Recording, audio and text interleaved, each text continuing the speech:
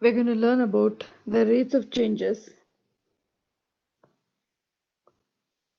in natural sciences in this lecture. So here is our first example. A particle moves according to the law of motion given by this equation here, where t is measured in the seconds, the time units, and s is measured in meters, s is the distance. So t is the time and s refers to the distance. The question asks us to find the velocity at the time t. So we know the formula for velocity. Velocity is equal to distance divided by the time units. In calculus, you write this as ds over dt, which means the rate of change of distance s with respect to the time t. So you are given the expression for the distance, which is t cube, 60 square, and a 90. You want to find derivative of s with respect to t, which is ds over dt, which is nothing but the velocity. So derive t cube using the power rule of differentiation, 3t squared. Derive 60 squared, you have 12t. Derive 90, you have 9. So your answer is 3t squared minus 12t plus 9. So this is the velocity at the time t. Next you have what is the velocity after 2 seconds and after 4 seconds. Velocity after 2 seconds, you want to plug in t equal to 2 here in this expression. So you have 3 times 2 the square, negative 12 times the 2 plus 9, which is negative 3 meter per second. And then you plug in for the time units 4, calculate V at 4, which is 3 times 4 square, negative 12 times 4 plus 9. Simplify, you get 9 meter per second. In the next part of the problem, you're asked, what is the particle? When is the particle at rest? So, the particle will be rest when the speed is 0, which means the velocity Vt equal to 0. We did find an expression for velocity, which is 3t square negative 12t positive 9. So, equate this to 0 and solve for t. So, first divide by 3 and you get this equation, t square minus 4t plus 3 equal to 0. This simple quadratic equation which you can factor, so it's t minus 1, t minus 3 equal to 0. So equate each factor to 0, t minus 1 is 0, t minus 3 is 0. So either t is 1 or t is 3. So at time t equal to 1 and time t equal to 3, you see that the particle is at rest.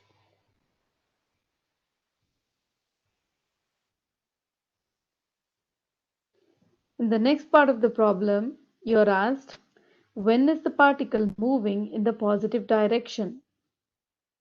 So, the particle will move in the positive direction if the velocity Vt is positive, which means we did find Vt as a product of factors t minus 1 and t minus 3.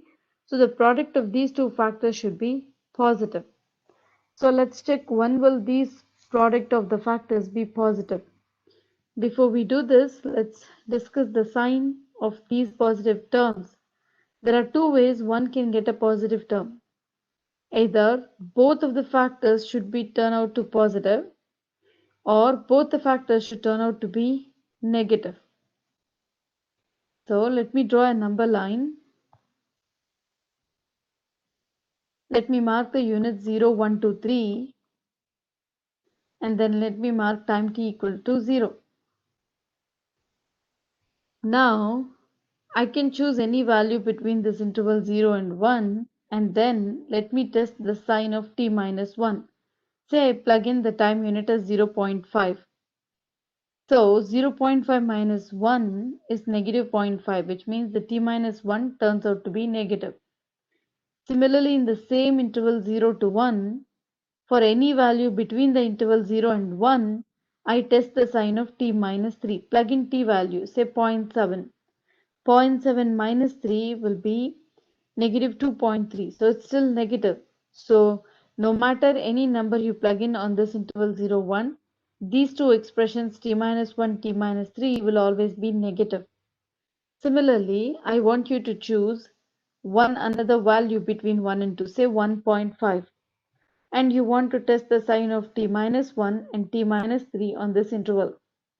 T minus 1, when you plug in 1.5, 1.5 minus 1 is 0.5 positive, so write greater than 0. Similarly, plug in 1.5 in t minus 3, 1.5 minus 3 turns out to be negative. So you have one positive, one negative expression here. Next, you move on to the interval 2, 3. On this interval 2, 3, take any value you like, say 2.5. Plug in the t minus 1, plug in the t minus 3, and then check the value. 2.5 minus 1 is 1.5 positive, write greater than 0. 2.5 minus 3 is negative, so write less than 0. Similarly, choose a value after the interval 3, say 3.5 or 4, anything you like. Plug in the expression t minus 1, t minus 3, check the values. Say I plug in 4, then 4 minus 1 is positive. Plug in 4, again 4 minus 3 is positive, so it turns out to be positive. Now you have the signs for all the 4 intervals. So you look for the intervals where you have positive signs for both the intervals, or you have negative signs for both the intervals, because the product should give you finally positive. So you have two intervals with exactly the same sign, which is 0 less than or equal to t less than 1. On this interval, both are negative. And then on the interval t greater than 3, you see both are positive. So for these two intervals, we have the particle which will move in the positive direction. In the next part of the problem, you are asked to find the total distance traveled during the first 5 seconds. So here is the time interval. Starts from 0 all the way up to 5. For the first part 0 to 1, we know that the velocity is positive. We did calculate on the top. For the second two parts, we know that velocity is negative. Similarly, if you do a calculation for the path which is greater than 3, less than 5, you see that velocity will be positive. So let's write the intervals here. You want to split the interval from 0 to 1, 1 to 3, and 3 to 5, because the velocity behaves with the same sign on these three intervals. So you split in this pattern. Then you write a formula for distance. The first formula for distance is on the interval 0 less than or equal to t less than or equal to 1. Again you have a distance formula, 1 less than or equal to t less than or equal to 3. Then you have one more distance formula, which is 3 less than or equal to t less than or equal to 5. Now you write this as f1 negative f0 plus f3 negative f1, and then you have f5 negative f3. Simplify these three expressions. The first one will give you 4, the second one will give you 4, and the last one will give you 20, and your answer will be 28 meters. When you want to calculate the functional value, let me add a table for this problem. So it will be helpful for you to calculate the functional values. Your function f of t here is t cubed minus 60 square positive 90. So you can plug in t is 1, 2, 3, so on. Calculate f at 1, 4, f at 0, 0, f at 3, 0, f at 5, 20. These are the values which we have used on the top to simplify the absolute sign.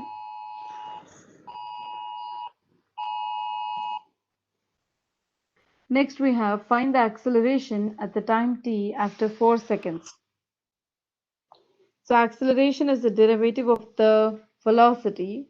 So you want to write a equal to dv over dt equal to d over dt. Then you have the 3t squared negative 12t positive 9. So derive this expression. You have 3 times 2t, which is 6t, and then 12t derive, you have 12t, just 12, and then you have derive 9, you have 0. Now after deriving, you can rename this expression as a, which is the acceleration, which is also a function of t, so you can write this as at. Now evaluate this acceleration expression at 4, because you're asked to find the acceleration at the time t, which is this expression, and acceleration at 4 after 4 seconds. So this is 6 times 4, and then you have negative 12. Simplify, you have 12 meter per second square.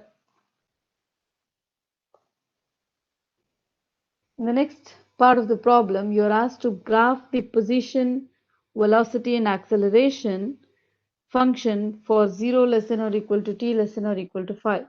So let me list the s, distance, position function, velocity, and the acceleration. You might want to try this using a calculator.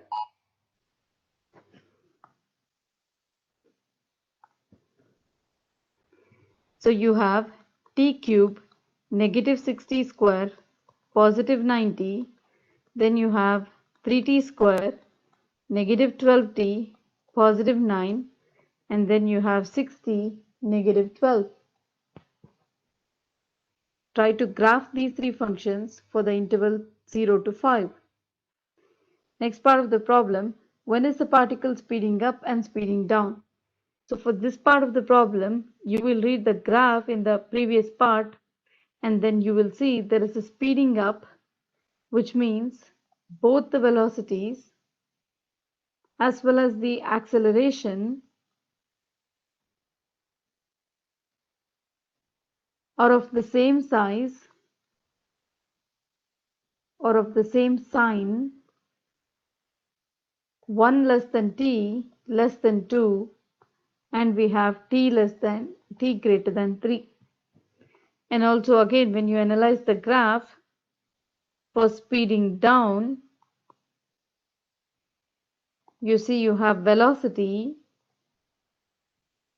and the acceleration are of the opposite sign on these intervals. 0 less than t less than 1, and you have 2 less than t less than 3. In the next example, if a ball is thrown vertically upwards with a velocity 80 feet per second, and then its height after t seconds is given by this expression, s here, which is the position or the distance, is the height of the ball, h of t. You are asked to find what is the maximum height which is reached by the ball.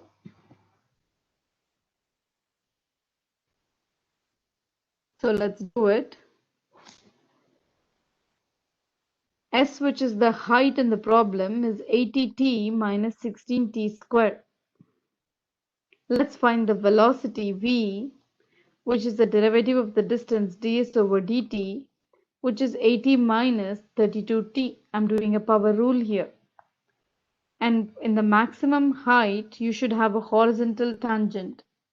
So if you draw the path of the ball, which is this curve S, when we talk about the maximum height, you should see a horizontal tangent, which means here for this horizontal tangent, I can write dv over dt, the velocity term is 0, the derivative.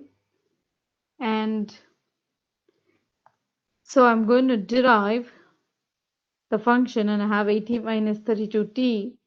So I'm going to say this vt should be 0, which means 80 minus 32t should be 0. So let me simplify. I have t equal to 2.5.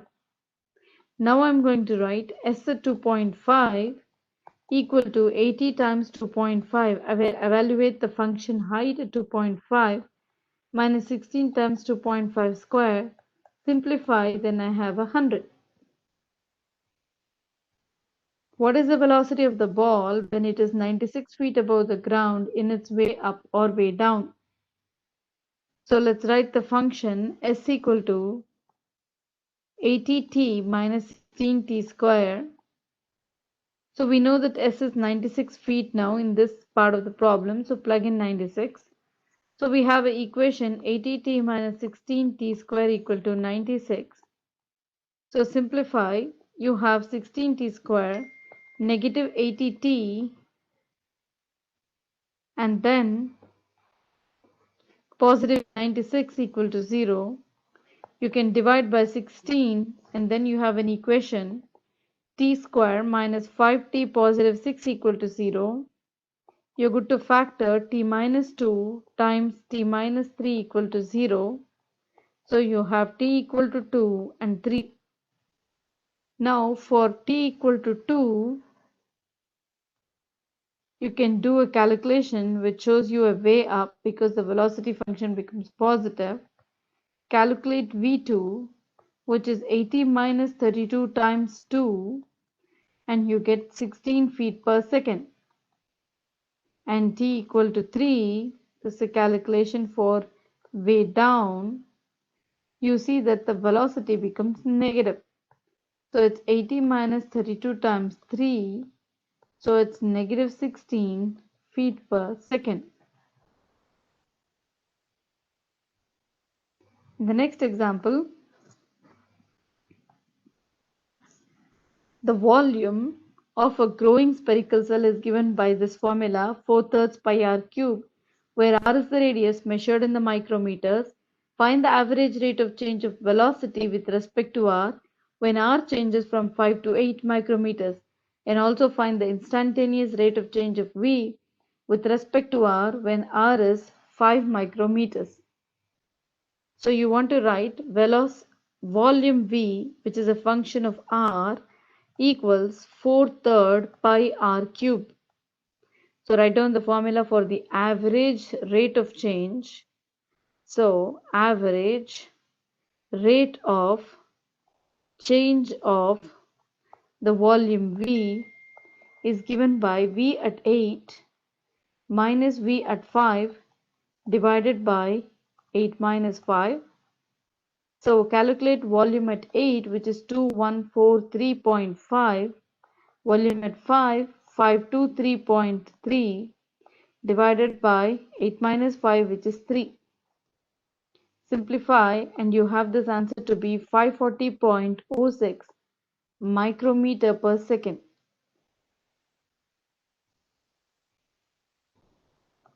Now you're also asked to calculate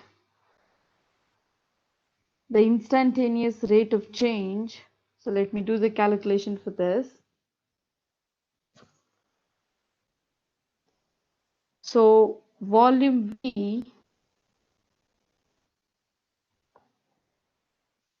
is 4 over 3 pi r cube. So you want to do dV over dr, which is 4 over 3 pi times 3r square. So you're good to cancel 3, then you have 4 pi r square. So you can write the instantaneous velocity or instantaneous rate of change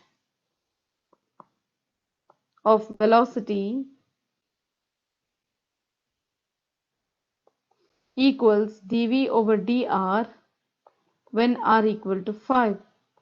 So you write this as 4 pi times 5 square, and this is 314. 5 square is 25, 25 times 4 is 100, 100 times 3.14, the value of pi will give you 314. And the last problem in this section is an application to biology. The number of yeast cells in a laboratory culture increases rapidly initially, but levels off eventually. The population is modeled by this function here, where t is measured in the hours, the time units. At time t equal to 0, the population is 20 cells and it's going to increase at a rate of 12 cells per hour. You want to find the values of A and B, and according to this model, what will happen to the yeast population in the long run? First you will find AB, then you will be able to answer the long run part of the question. So let's do this. you see a rate of change of the cells. So the rate change term is written as df over dt. F is the function, which is the population model here. And you're also given an equation. So let me start with time t equal to 0. You want to calculate the value of the function 0.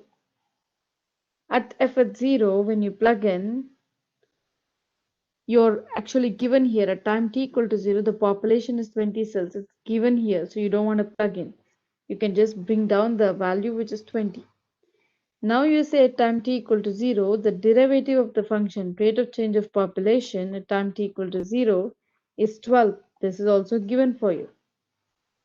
Now you're supposed to calculate a value and b value, and you also want to discuss what is the functional value in the long run, which means limit t going to infinity, f of t is the question.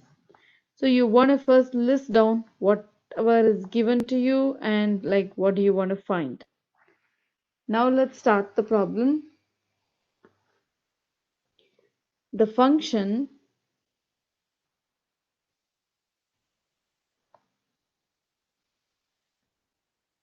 f of t equals a divided by 1 plus b exponential negative 0.7 t. So I am going to plug in t equal to 0 here. When I plug in t equal to 0, I have f0 equals a divided by 1 plus b exponential 0. So f0, we know the value is 20 from the top, so write 20 equals a divided by 1 plus b because e to the 0 is 1. Simplify a little bit, you can write a equal to 20 times 1 plus b.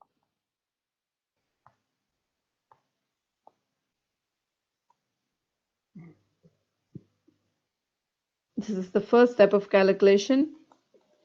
In the second step, let's find the derivative of the function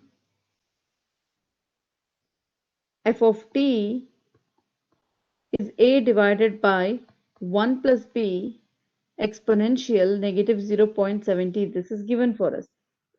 Now let's try to find the derivative of this function, which is df over dt. I'm going to do the quotient rule for this. Quotient rule of differentiation. In the denominator, I'm going to have 1 plus b exponential negative 0.7t, and then I have a square term. In the numerator, write the denominator exactly same, negative 0.7t. Now you derive the numerator a, which is 0, negative a times derive the denominator. Deriving the denominator, you have b times exponential negative 0.7t times negative 0.7.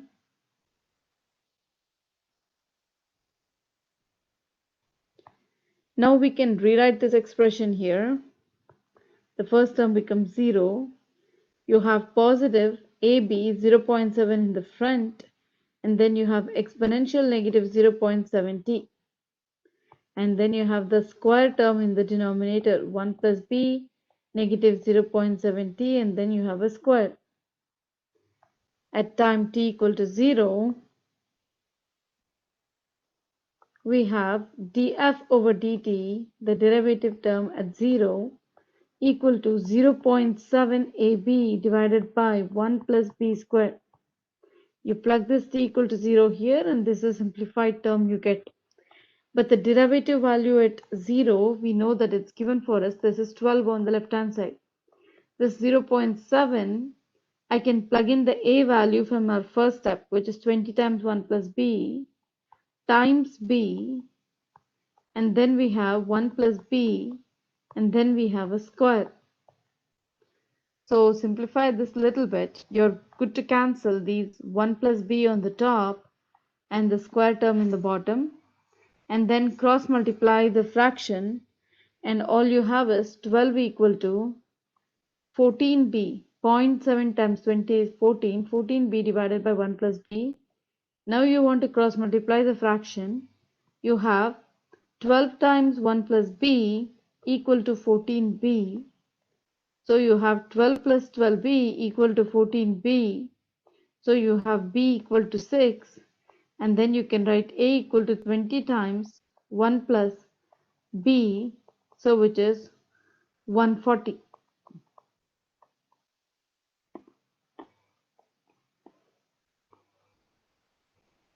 Now the long run part of the question. This is the part 3 of the problem.